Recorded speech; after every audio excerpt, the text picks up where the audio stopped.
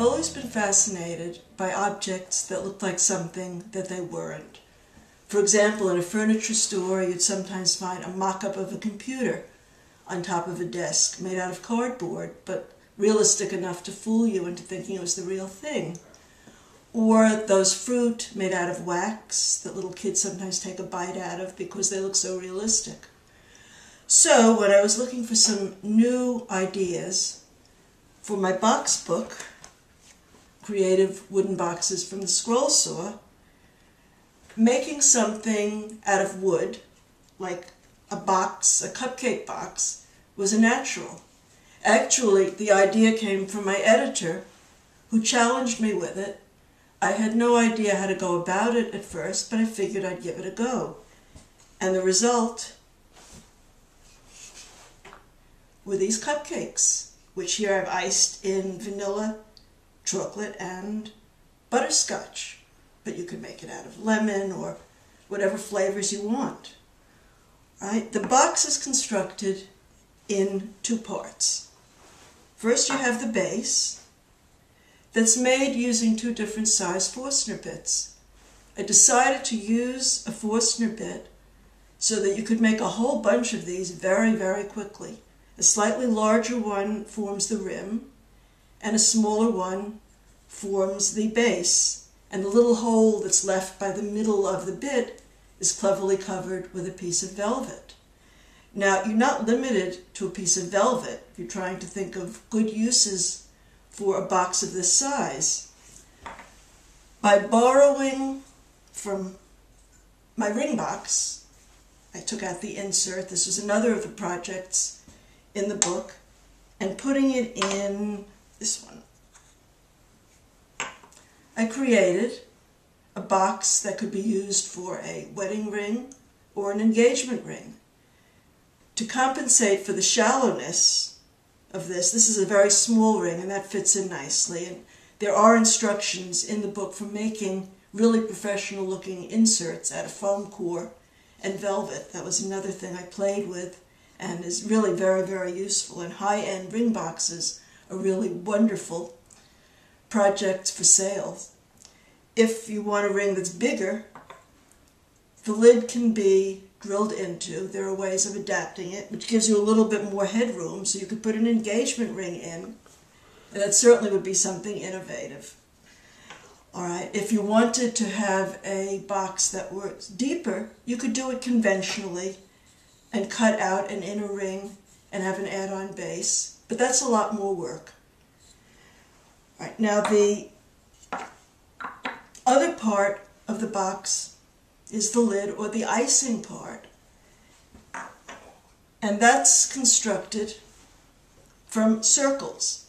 To save wood, I used 3 circles, cut out the centers, and these are stacked and beveled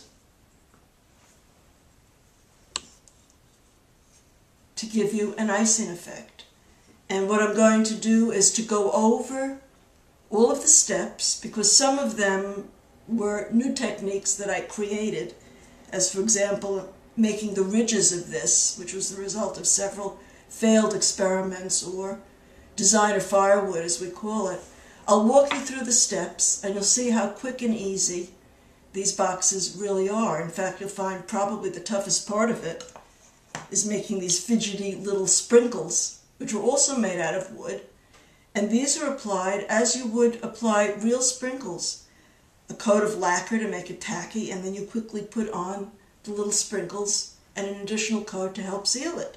So since obviously I can't do the woodworking in my kitchen, although this is a nice counter for display, we're going to go into my garage shop and I'll show you how to go about doing this. We're going to start by making the base of the cupcake. Here's a finished base, and here's what the base looks like before it's finished. We start by taking the 3.5-inch square of wood, 1 3/8 inch thick, and drilling 2 holes in it with Forstner bits. The first hole is drilled right at the center of the blank with a 2-inch Forstner bit, and it's drilled 1/8 of an inch thick. The reason we do 1/8 of an inch is that it will allow for the lid liner to sit nicely in the recess. All right, then, keeping the wood in the same position, we use the 1.5-inch Forstner bit and drill down an additional 3/4 of an inch for a total depth of 7/8 inches. We then attach the pattern, cutting out the middle so we can position it properly, and we're going to cut along the perimeter to form the slanted sides of the cupcake base. I have my saw table set at 20 degrees, tilted left side down, and I'm going to cut around the base in a clockwise direction, which means I feed the wood counterclockwise so the blade looks as though it's going clockwise.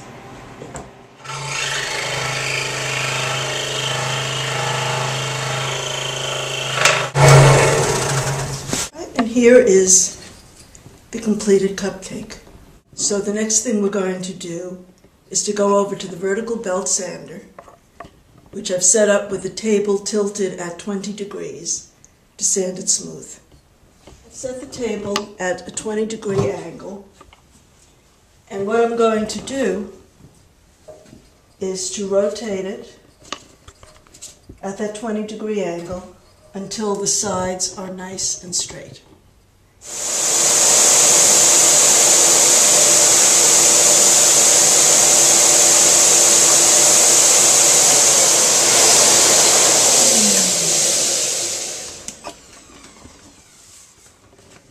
As you can see, this is now nice and smooth. You probably noticed that it looked very rough before. This piece of wood was a little harder than I expected and gave me a rough time, but by patient sanding you get rid of all of this, and you have your inner rings that you can use as a guide. If these inner rings are even, at worst your cupcake may be a little narrower than you expected, but it will look just fine and no one will know how it was supposed to start out. The next step will be to cut the ridges in the side of the cupcake. Now have the nicely sanded cupcake base, which I'll bet you never thought was going to look this good after it came off the scroll saw. And we're going to cut the indentations in the sides to make it look like this one. To do that, we're going to use a number 7 spiral blade, which I've put into my saw.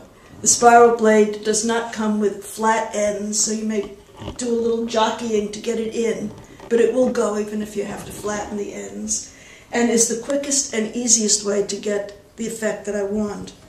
I attached to the bottom of the cupcake base a pattern of 20 segments. I attached it with repositionable adhesive, centering it, and I also, to help, I extended the line just over the edge to make it easier to see. The table is left at the same 20-degree angle that it was to cut the base, but this time I'm going to put the cupcake on the right side of the blade over here, and the motion is to push in gently, then I'm going to push it back toward the back of the saw, and then pull it back to the right. It's a smooth motion, it's in, back, and out, goes very quickly, and that will give you perfectly lined up ridges.